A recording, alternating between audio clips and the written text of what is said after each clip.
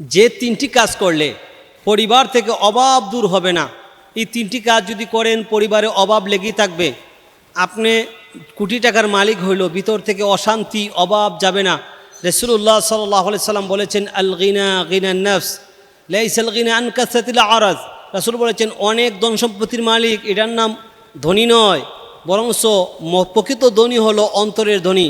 আপনার পরিবারে টাকা থাকতে পারে কিন্তু অভাব লেগেই থাকবে, আপনার ভিতরে অশান্তি লেগেই থাকবে। এই তিনটি কাজ যদি করেন তাহলে অভাব যাবেই না। প্রথম নম্বর হলো অপচয়। যারা অপচয় করে, আমরা অনেক সময় কারেন্ট অপচয় করি, লাইট জ্বালানোর প্রয়োজন নাই লাইট জ্বালিয়ে রাখি, ফ্যান চালার প্রয়োজন নাই আমরা ফ্যান অযথা আমরা ফ্যান দিয়ে রাখি।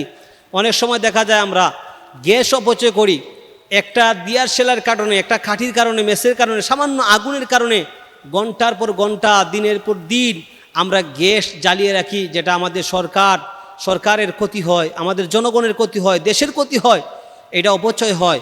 অনেক সময় আমরা ভাত নষ্ট করি, অপচয় করি, ভাত আছে এটা আমরা অপচয় করি, মাটিতে ফেলে দেই, মাটি ভাতটা নষ্ট করে দেয়, এটা কোনো প্রাণী খাইলো না, এটা অপচয় হইলো। আমরা তরকারি নষ্ট করি, আমরা অনেক জিনিস পরিবারের মধ্যে নষ্ট করি, অপচয় করি। আল্লাহ তাআলা কোরআনে কারীমের মধ্যে বলেছেন, কুলু ওয়াশরাবু ওয়ালা তুসরিফু, খাও পান করো, অপচয় করো না। আল্লাহ পর জায়গায় বলেছেন, ইন্নাল মুবাযযিরিনা কানু ইখওয়ানাশ শায়াতিন, অপচয়কারী হলো শয়তানের ভাই। তাই আমরা ভুলও পরিবারে অপচয় করব না। যদি আপনি অপচয় করেন, আপনি খাবার নষ্ট করেন, আপনি কোনো জিনিস অযথা নষ্ট করেন, আপনি জিনিস অপচয় করেন, আপনার মন থেকে আল্লাহ অভাব দূর করে দিবেন না। আপনার পরিবারে অভাব লেগেই থাকবে, একটা না একটা অভাব দেখা দিবে।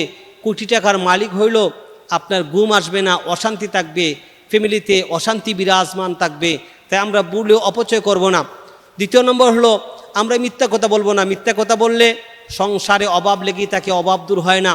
আল্লাহ কোরআনে কারীমের মধ্যে বলেছেন, লানাতুল্লাহি আলাল কাযিবিন, মিথ্যাবাদীদের উপর আল্লাহ লানত।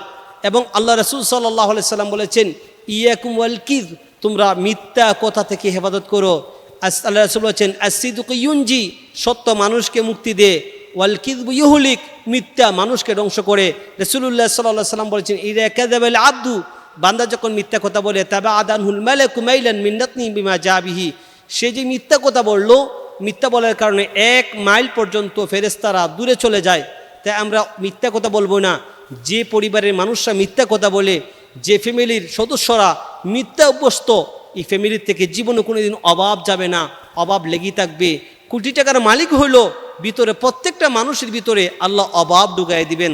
তাই আমরা ভুলেও নিজে মিথ্যা কথা বলবো না এবং সন্তানদেরকে মিথ্যা কথা বলা থেকে বারণ করব। তৃতীয় নম্বর হলো নামাজে গাফলতি। আমাদের পরিবারের প্রায় পরিবারে নামাজ পড়ে না। 90% মুসলমানের দেশে আমরা মুসলমান যারা দাবি করি, এর মধ্যে 100-র মধ্যে 90 জন মানুষ ঠিকমতো নামাজ পড়ে না। এবং এমন সমস্যা রয়েছে, 50% মানুষ এমন রয়েছে যারা জানাজার নামাজে যায় না, জুমার নামাজে যায় না, এবং শতকরা 20 থেকে 25 জন এমন আছে যারা ঈদের নামাজ পর্যন্ত পড়ে না, জানাজা যায় না, জুমাও যায় না।